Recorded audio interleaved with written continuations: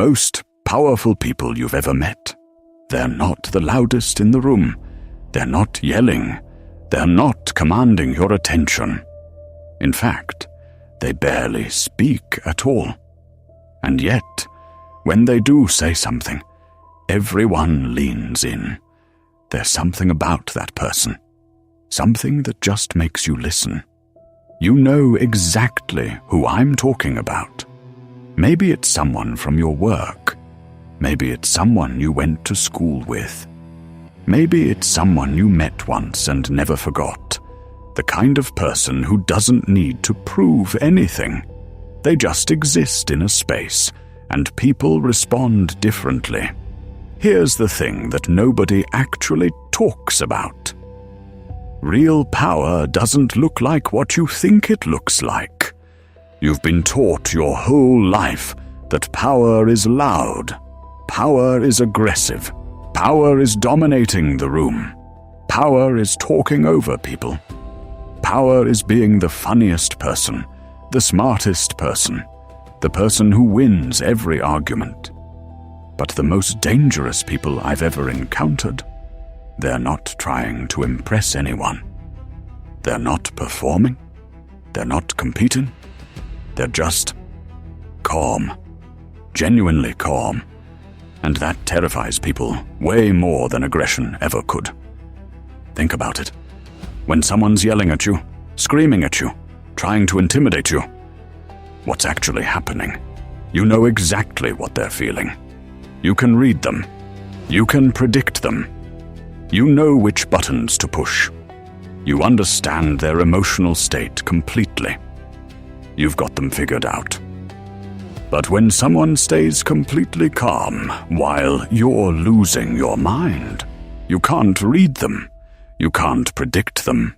You have no idea what they're thinking. You don't know if they're angry, disappointed, unbothered, or planning something.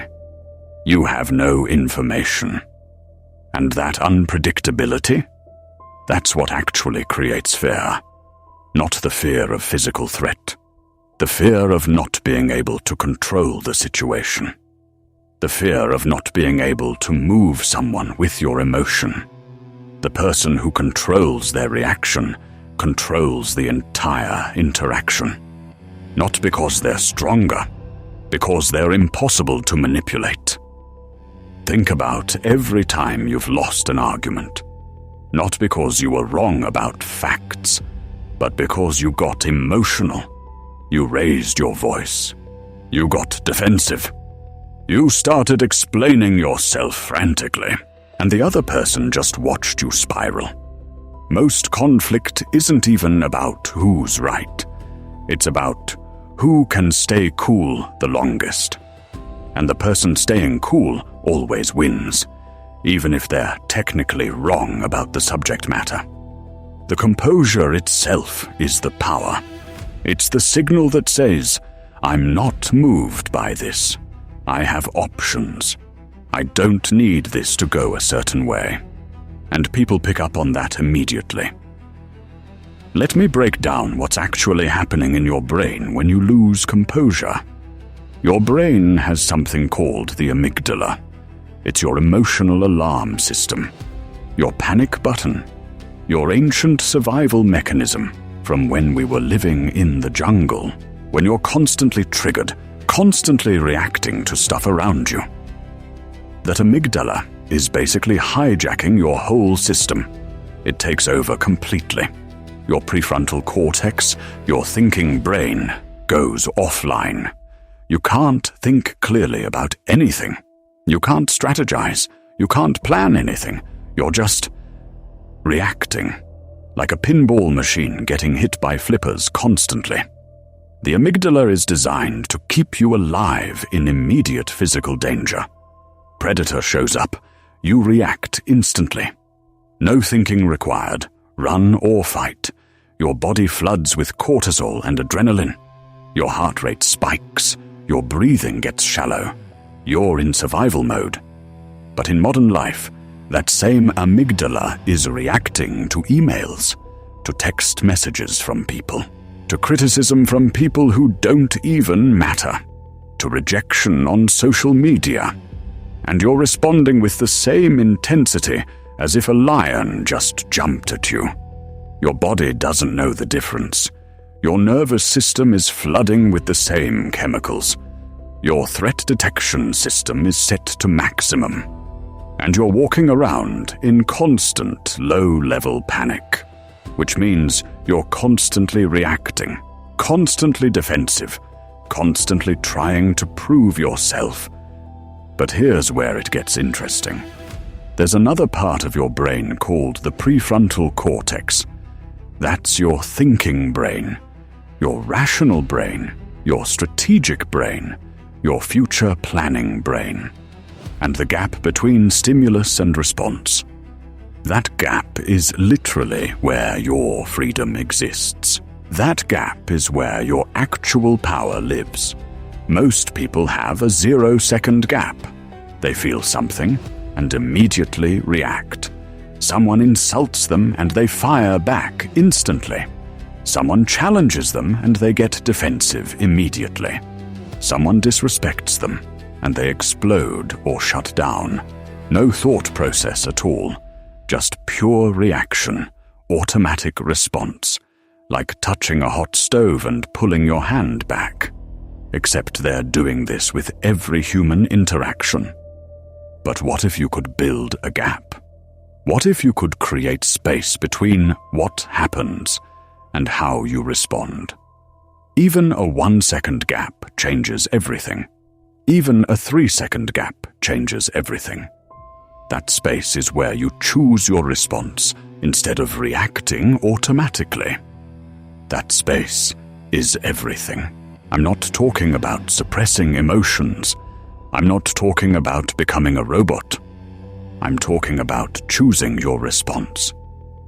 There's a difference between feeling something and expressing something. You can feel angry without exploding. You can feel hurt without lashing out. You can feel anxious without broadcasting it. At first, it requires conscious effort. You have to force it. You feel the anger rising, and you deliberately slow your response. You feel someone testing you, and you choose not to react. You notice the anxiety spike, and you breathe instead of speaking. It's hard at first, really hard. Your body wants to react. Your nervous system is screaming at you to respond immediately. It's like you're fighting against your own wiring. But you don't. You pause. You breathe. You wait. And in that pause, everything changes. You give your prefrontal cortex time to come back online. You give yourself information instead of just emotion. You give yourself options instead of just one automatic reaction. But here's the thing. After you do it hundreds of times, it becomes automatic. Your nervous system literally rewires itself. The neural pathways in your brain shift. What used to require conscious effort becomes your default. You don't have to think about it anymore. Your body doesn't automatically go into panic mode. It goes into observations mode. You see the stimulus, and instead of reacting, you notice it. You observe it. You consider it.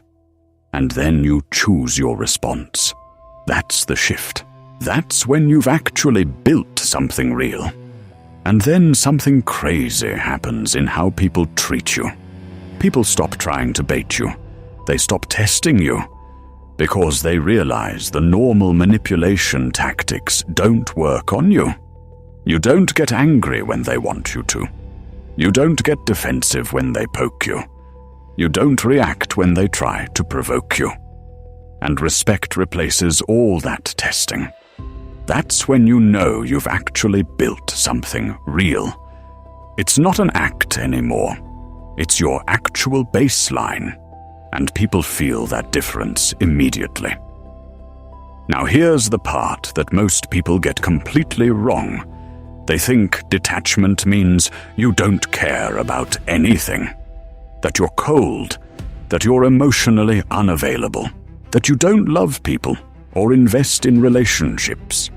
That's not it at all. That's a misunderstanding of what detachment actually is. Detachment doesn't mean you don't feel. You feel deeply. You care about things.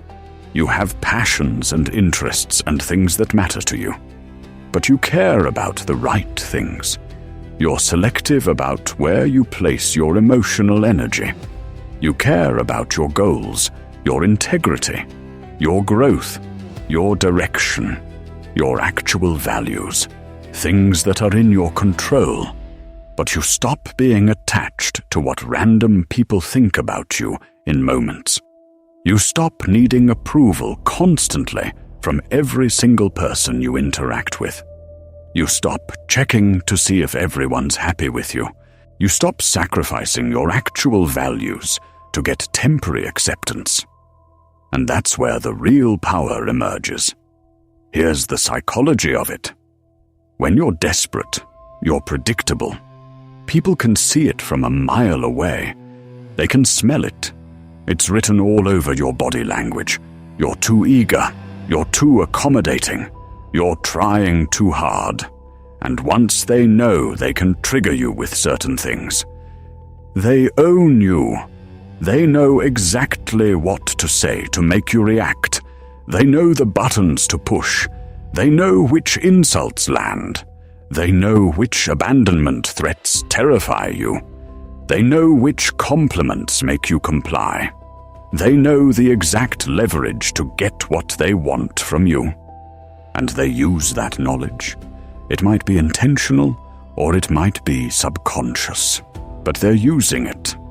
But when you're genuinely indifferent to outcomes, now people have to guess. They don't know what will make you react. They can't predict you. They try their usual tactics, and nothing lands. They get confused. And unpredictability is intimidating. It's not aggressive. It's not hostile.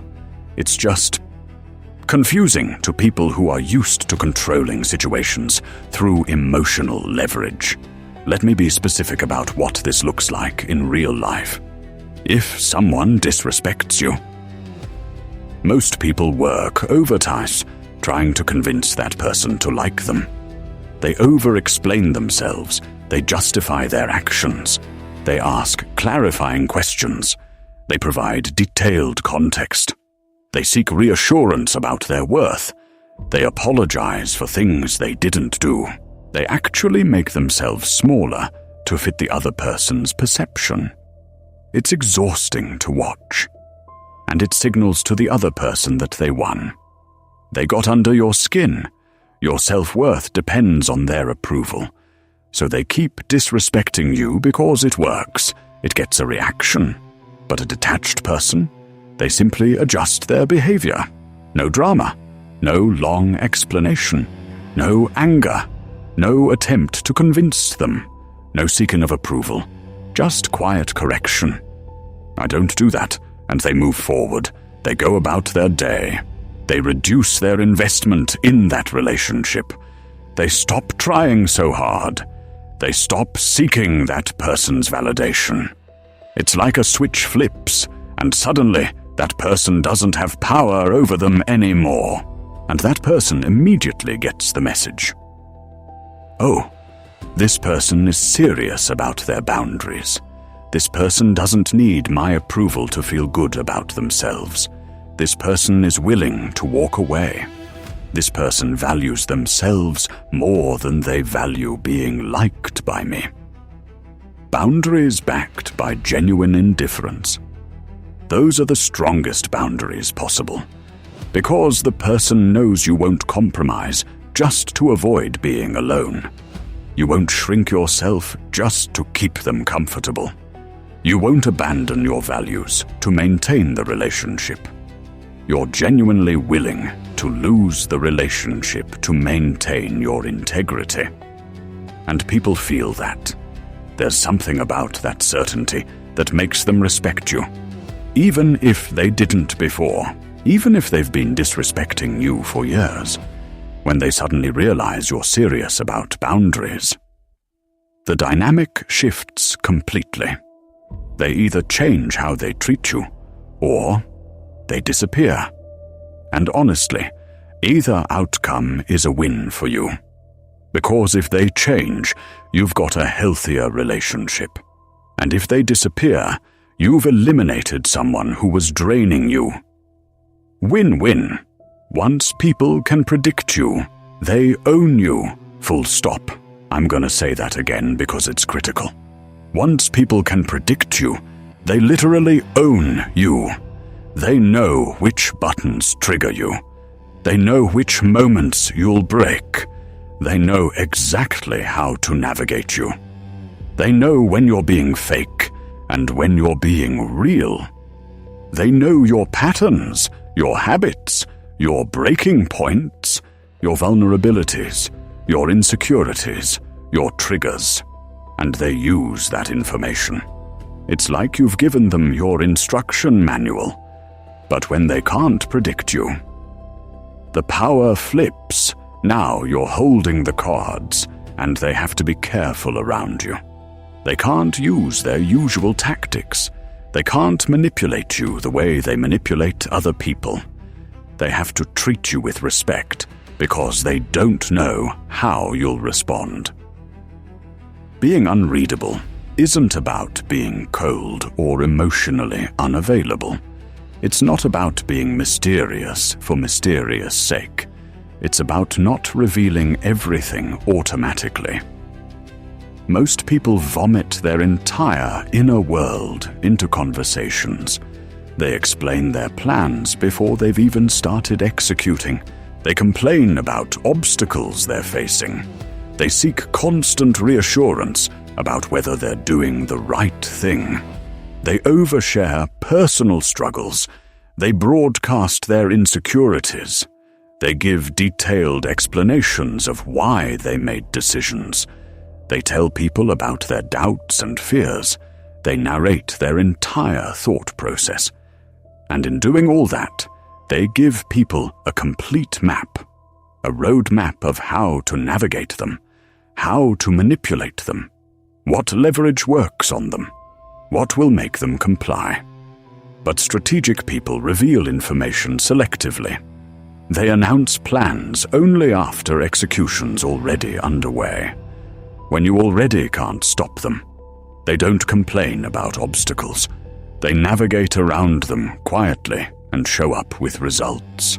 They don't seek constant reassurance because they already trust their own judgment. They don't overshare personal struggles because they understand that people use vulnerability as leverage. They don't explain their internal decision-making process to everyone. They let their actions do the talking. And what happens is actually kind of fascinating. People start assuming depth that might not even be there. If you say very little but what you say is thoughtful, people think you're brilliant. If you stay calm in chaos when everyone else is freaking out, people think you're competent and capable. If you don't overshare constantly like everyone else does, people think you're mysterious and deep. If you listen more than you speak, people think you understand them better than anyone else. Your restraint creates space for their imagination. And imagination is always more powerful than reality. Here's the honest truth most people miss. Most people are way too busy thinking about themselves to deeply analyze you. They're worried about what you think of them. They're thinking about their own problems. They're planning their own comebacks in conversations. They're judging themselves. They're anxious about how they're being perceived. So when you don't constantly explain yourself, they fill in the blanks, and usually they fill those blanks with things that make you seem more impressive than you actually are. Think about that. You're not being deceptive. You're not manipulating anyone. You're just not broadcasting your weaknesses constantly. You're not narrating your insecurities. You're not begging for reassurance. And that simple restraint makes you appear more put together than the average person. Because the average person is basically narrating their anxiety all day long. They're oversharing. They're seeking validation. They're explaining themselves constantly. But you just exist. You're just present. And that presence is magnetic. There's actually a huge difference between being noticed and being remembered. Loud people, they get noticed immediately. Total attention spike, maximum awareness, and then they disappear just as fast. Nobody remembers them. But controlled people, they stay in your mind because they're unexpected. The person who enters calmly, speaks rarely, and listens carefully. That person feels different than the person demanding attention. There's something about their presence that's magnetic, and I'm not using that word metaphorically.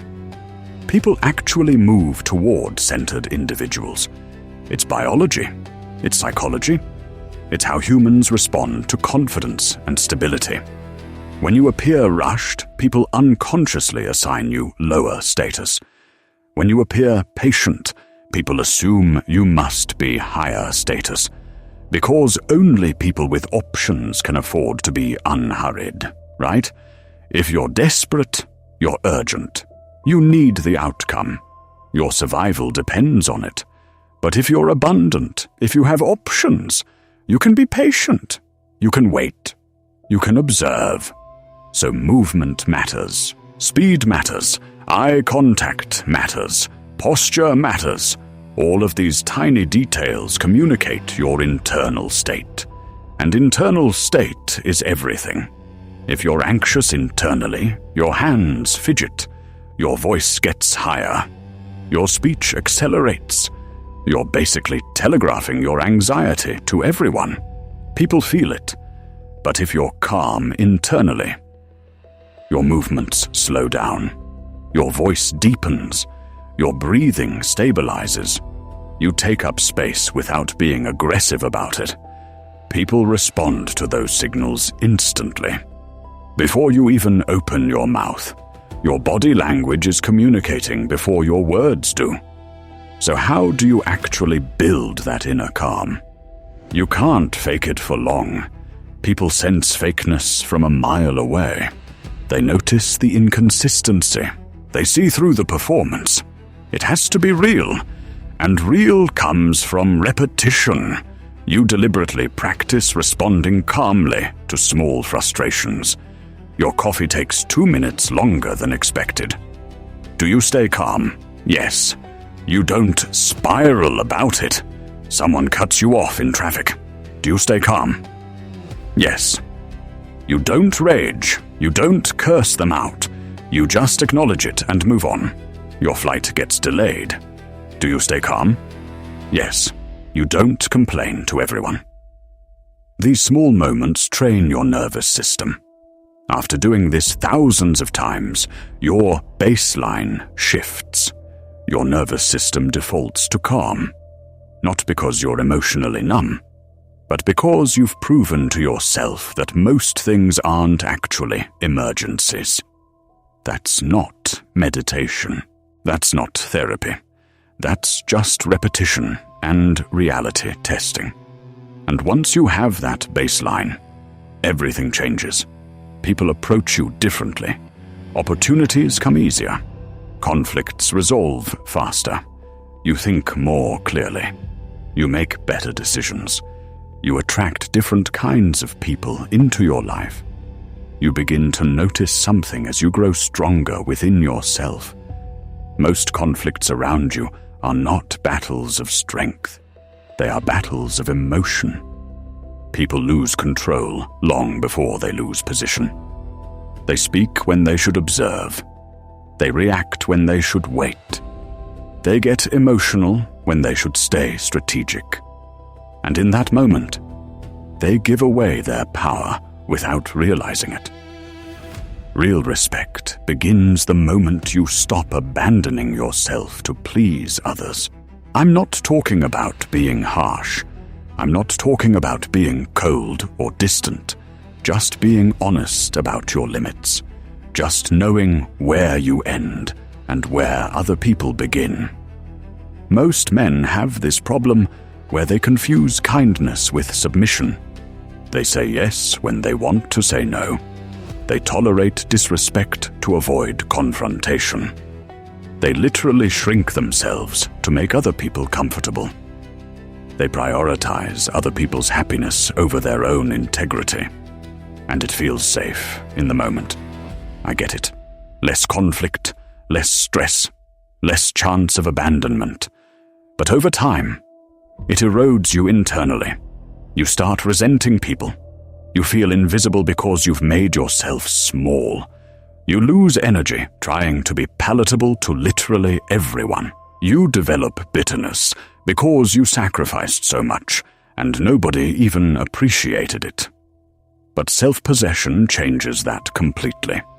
Self-possession means your time is your own. Your energy is your own. Your choices come from what you want, not what gets approval. And when you operate from that place, people sense it immediately. You're not aggressive. You're just unavailable for certain treatments. You're not going to tolerate disrespect. You're not going to abandon your boundaries to keep someone comfortable. You enforce boundaries calmly.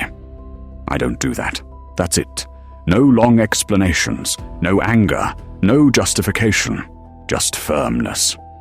And calm boundaries, those are infinitely more powerful than angry ones. Anger suggests you're emotional. Calm suggests you're serious. Anger suggests they got to you. Calm suggests you're not interested in engaging. People understand the difference immediately. This is where the dangerous aura actually starts forming. Not from intimidation, from the recognition that you can't be pressured. Guilt won't move you. Manipulation won't move you. Emotional intensity won't move you. The only thing that influences you is respect. And once people realize that influence requires respect, they change how they interact with you. Because most people can't maintain disrespect toward someone they actually respect. So they either change or they disappear. Either way, your life gets better. The loudest person in the room is almost never the one in control. I'm gonna say that again because it's important. The loudest person is almost never in control. Silence is actually where the real power lives. Power lives in observation, in listening, in gathering information, in understanding people. Most people listen only long enough to respond. They're already planning their comeback. They're already thinking about what they're gonna say next. They're rehearsing their response. They're not actually listening. They're waiting for their turn. They're waiting to be heard. But strategic people do something different. They listen to understand. They watch for patterns.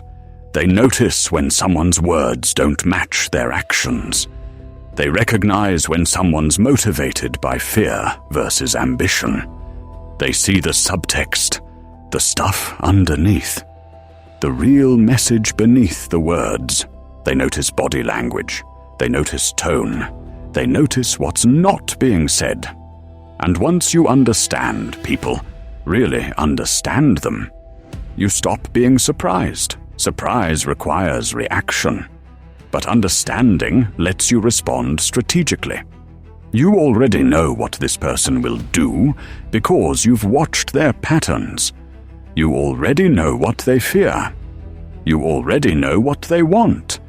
You already know what will make them react. And that knowledge is power.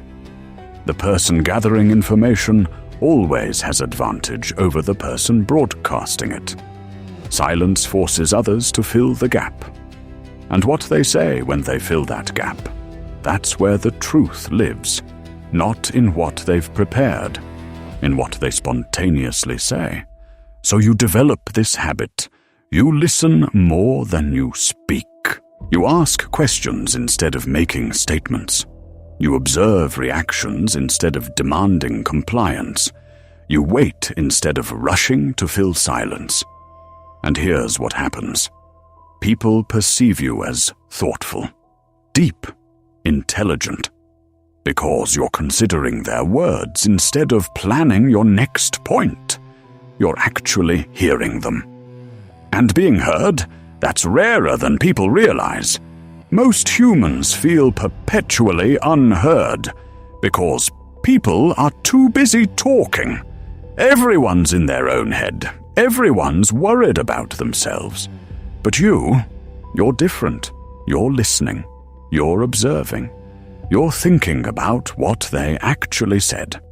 And that rare gift of genuine attention makes you unforgettable. Eventually, you reach this point where almost nothing can shake your center. Not because you're invincible. Not because you're special, but because you've been through enough to know you'll survive. This isn't theoretical for you anymore. You've actually faced challenges, real challenges, and you continued anyway. You've been disappointed by people you trusted, and you kept moving. You failed at things you cared about, and you tried again. You've lost what you thought was important, and you didn't give up. You've been rejected, you've been criticized, you've been abandoned by people you thought would stick around, and you're still standing. That accumulated experience creates something that looks like calm from the outside, but from the inside, it's grounded certainty. It's the quiet confidence that comes from having tested yourself repeatedly and passed. You know your own capacity now. You know you can handle way more than you once believed. You've proven it to yourself, not through theory, through actual lived experience. That knowledge changes everything about how you move through the world. When you're standing in front of a challenge, you don't panic. You don't catastrophize. You don't spiral into worst-case scenarios. You've been here before. Maybe not literally, but in difficulty, in uncertainty, in the unknown, and you survived. You didn't just survive. You came out the other side stronger. So this will probably work out too. And if it doesn't, you'll handle that too.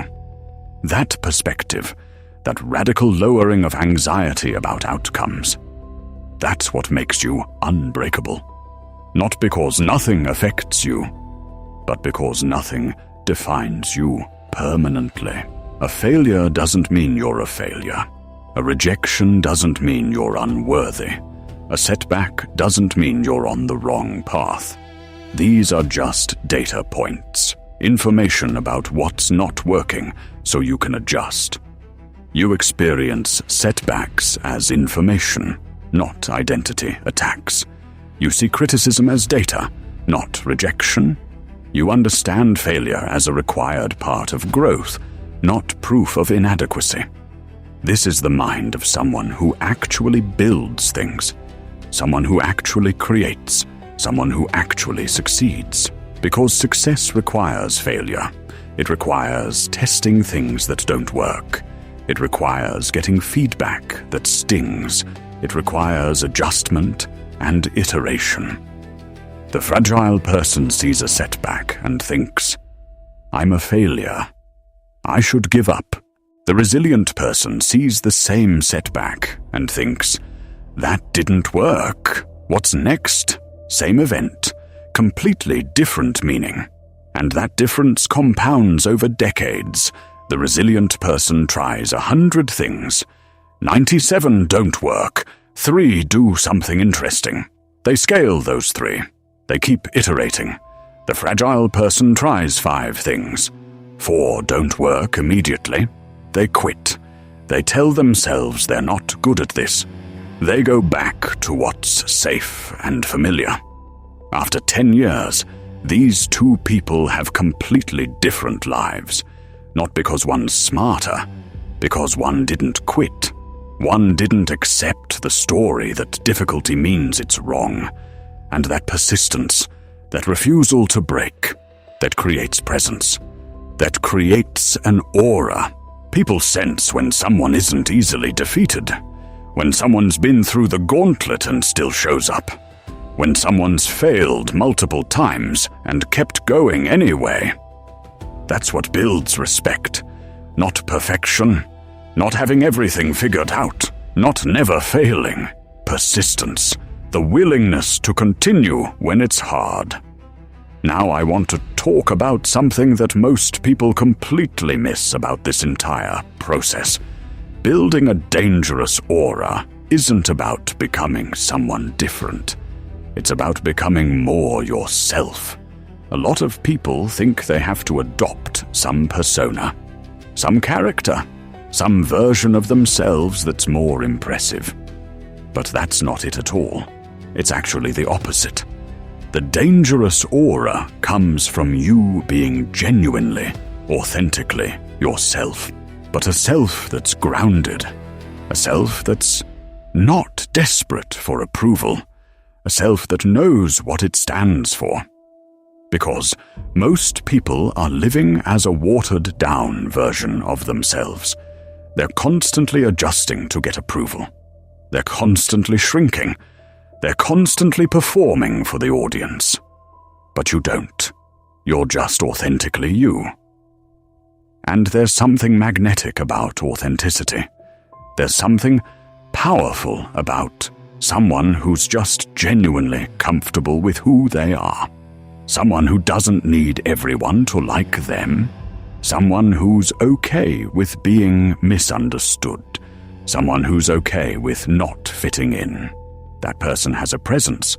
That person has a dangerous aura. Okay, so let's consolidate what we've actually talked about, because understanding something is only half the battle. You have to actually build this, deliberately, over time. And I want to go deeper into the actual mechanics of how this works psychologically. Because if you understand the psychology, you can apply it more effectively. The dangerous aura works because of how human psychology functions. We're tribal creatures. We evolved to read people, to detect status, to recognize power dynamics, to follow leaders, to respect strength. And these instincts are still operating in us today, even if we think we're rational, even if we think we're above tribal psychology. We're not. We're still operating with the same nervous system we had 10,000 years ago. So when you're desperately seeking approval, people detect that immediately.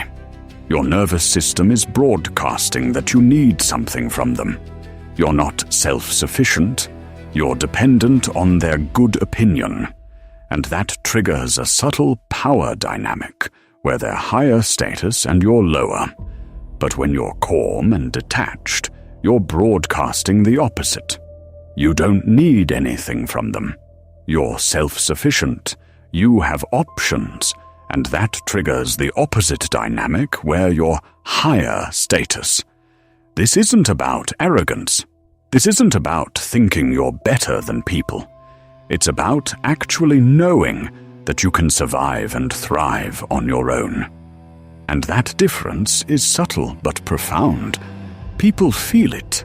They respond to it. Here's another psychological principle that matters. We call it the scarcity principle. When something is rare, it becomes valuable. When something is abundant, it becomes cheap. This applies to your attention, your time, your approval, your effort. Most people give these things away freely. They'll listen to anyone. They'll give time to anyone. They'll approve of anyone if it gets them acceptance. So their attention and approval become cheap, worthless. But when you're selective about who you give these things to, they become valuable. When you only spend time with people worth your time, people start competing for your time.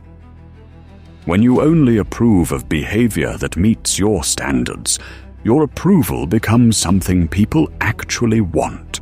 When you only invest effort in things that matter to you, your effort becomes something people value. This is the scarcity principle in action. And it's not manipulation. It's just understanding how value works. Another principle is what we call the contrast principle.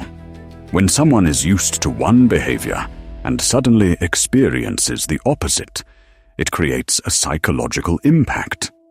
So if everyone around you is desperate and seeking approval, and then you show up completely calm and unbothered, the contrast is striking.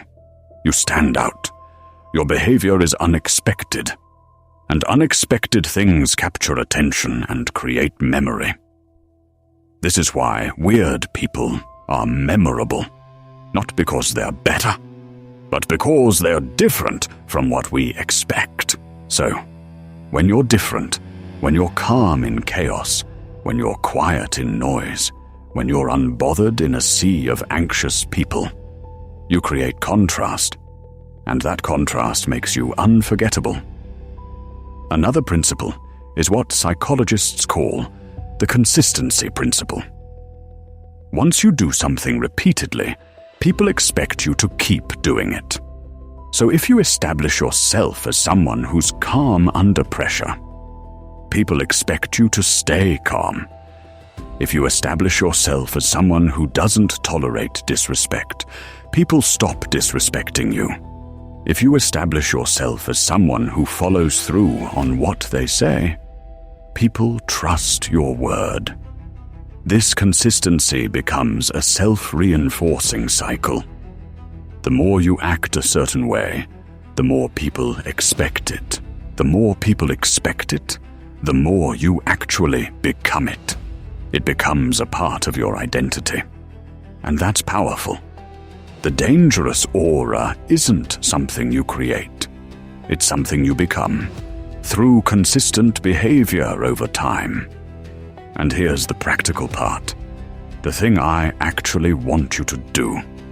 Because knowledge without action is useless, you need to actually build this in your life. You need to practice these things. Starting small. First, you practice emotional control in low-stakes situations. Your coffee gets cold. Do you stay emotionally regulated? Yes. You don't react emotionally. You don't spiral about it. You don't complain to everyone about how your day is ruined. You just drink cold coffee or order a new one. That's one rep. That's one opportunity to practice choosing your response instead of automatically reacting. Next, you practice detachment in social situations. Someone disagrees with you at a dinner party. Do you feel the urge to convince them? Yes, that's natural, but you don't act on it. You don't need them to understand your perspective. You don't need them to agree with you. You just listen and move on. You let them have their opinion. You have yours. Neither of you has to convince the other. That's another rep. Then you practice controlled presence. You're in a group conversation. You speak less than everyone else. You listen more. You watch how people interact. You notice someone getting defensive when challenged. Another person showing off their success. A third person offering genuine value without expecting recognition. You just observe without judgment. That's another rep. You practice being unreadable by not oversharing. Someone asks about your life. You give a brief answer and ask them about theirs. You don't narrate your entire emotional state. You don't tell them about your doubts and fears. You don't explain all your internal drama. You keep some things private. That's another rep. You practice setting boundaries. Someone asks you for something unreasonable. Your first instinct is to say yes. Your people-pleasing instinct kicks in, but you don't. You say no calmly. You don't explain yourself. You don't apologize for having a boundary. That's another rep. You practice staying calm under pressure. Someone pushes you. Someone tests you. Someone tries to make you react. And you don't. You just observe what they're doing. You recognize it. And you don't engage. That's another rep. These aren't personality traits you're born with. These are skills you develop through repetition, just like learning an instrument. You don't become a musician by watching YouTube videos.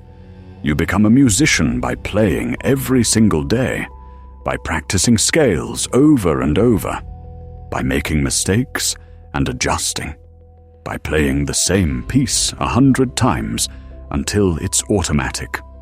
Just like learning a language. You don't become fluent by studying grammar rules. You become fluent by speaking every single day, by making mistakes and learning from them, by immersing yourself in the language, just like learning anything. And they compound. The more you practice, the easier they become. The more you practice staying calm, the calmer you become by default. The more you practice being detached, the easier it is to not need approval. The more you practice listening, the better you get at understanding people. The more you practice setting boundaries, the more natural it feels. Until one day you realize you're not thinking about it anymore. Your default state is calm. Your default is detachment. Your default is observation. You're not forcing it anymore. You're not consciously trying to be calm. You just are calm.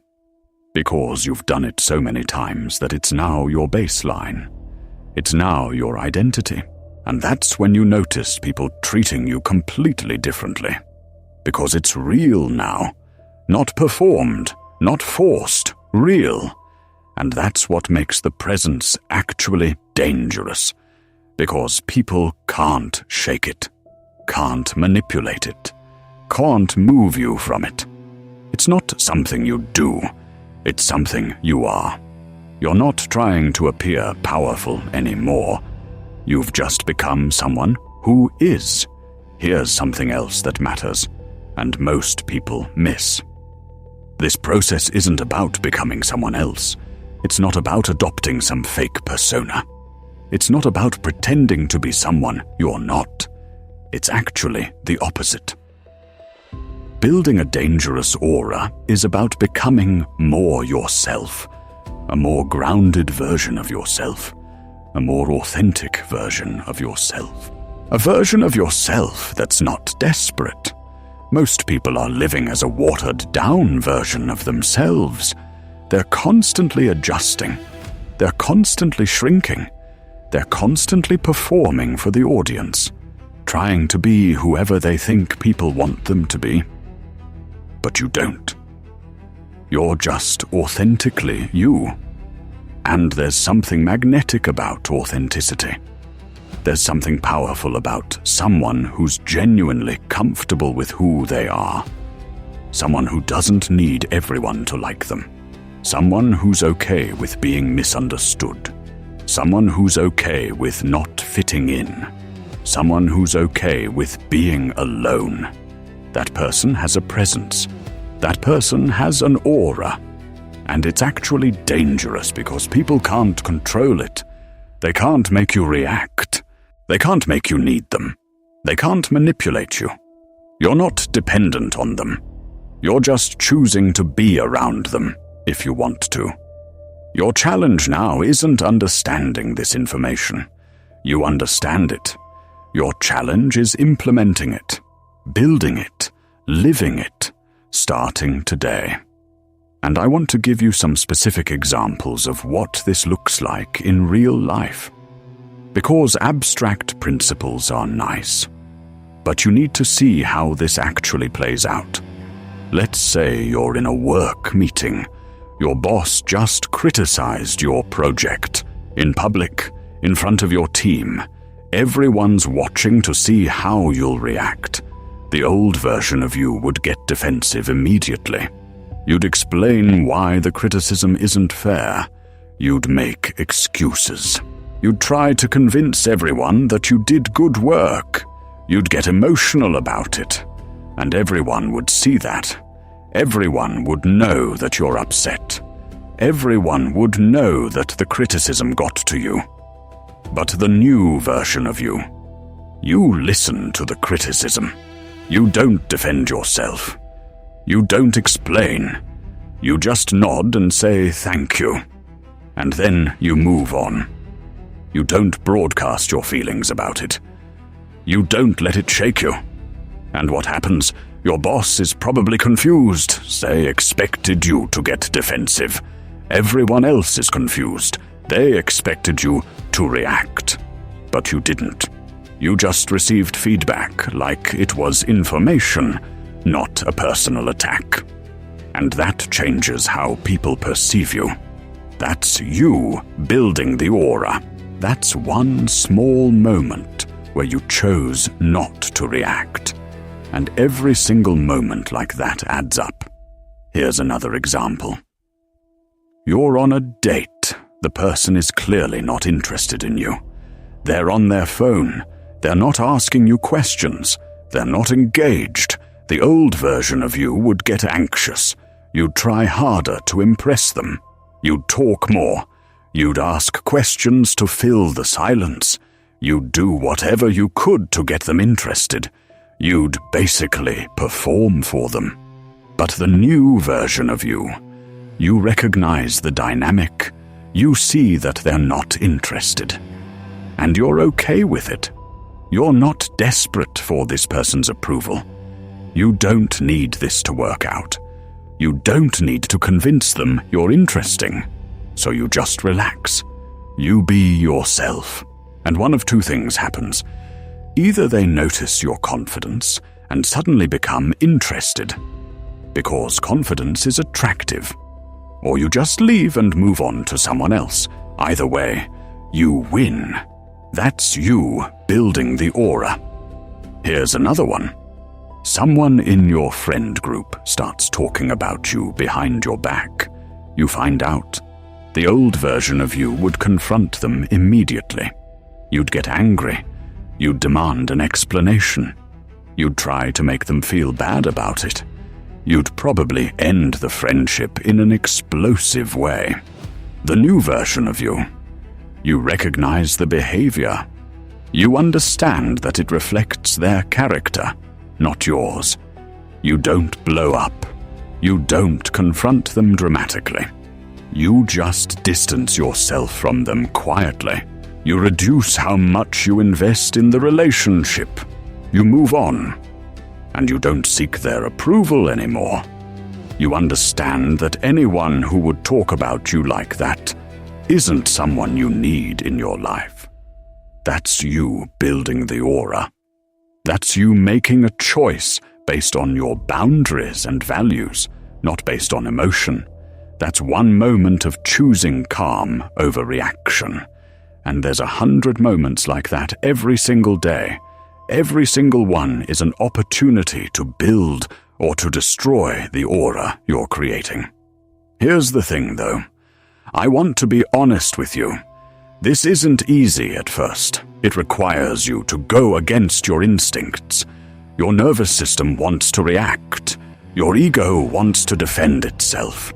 Your fear wants to cling to people, and you have to choose something different.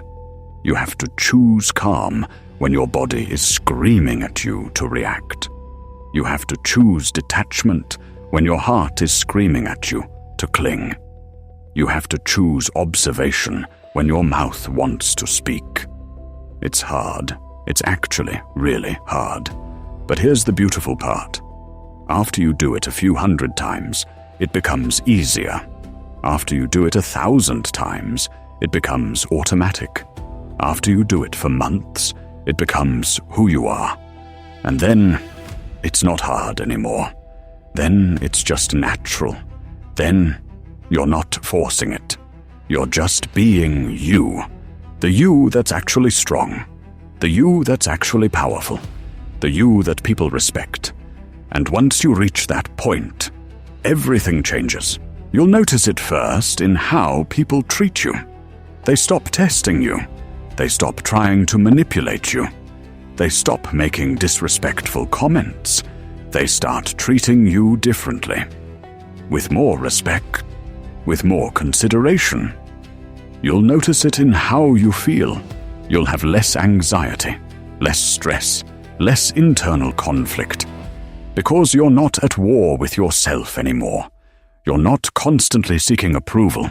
You're not constantly abandoning your own values. You're just at peace. And that peace radiates. People feel it. That's the dangerous aura. That's what you're building toward. So here's what I want you to do. Put this in the comments. I'm building my center. Not because I need the comment for the algorithm. I don't. I'm doing that so you make a commitment to yourself. The commitment to stop abandoning yourself. To build calm. To stop seeking constant approval.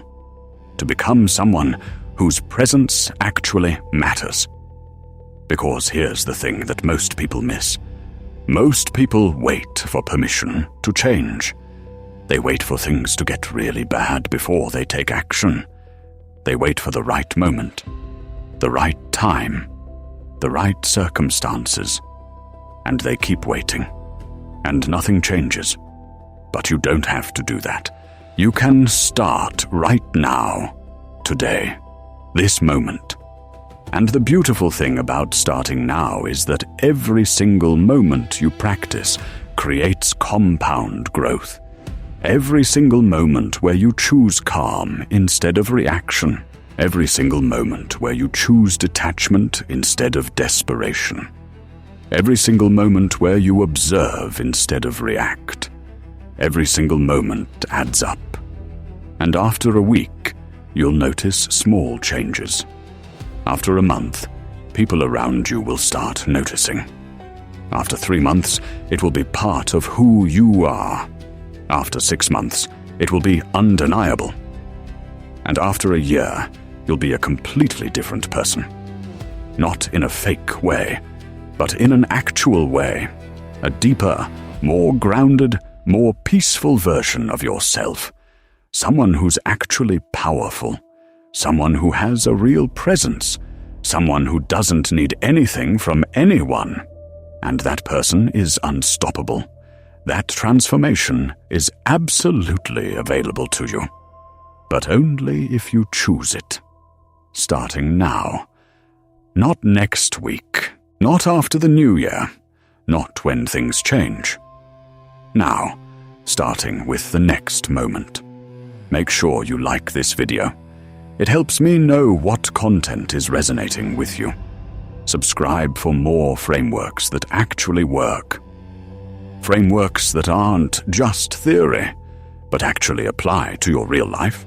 And turn on notifications, because the path to quiet power isn't built in one moment. It's built through understanding, step by step, until the way you think, move, and live becomes genuinely unshakable.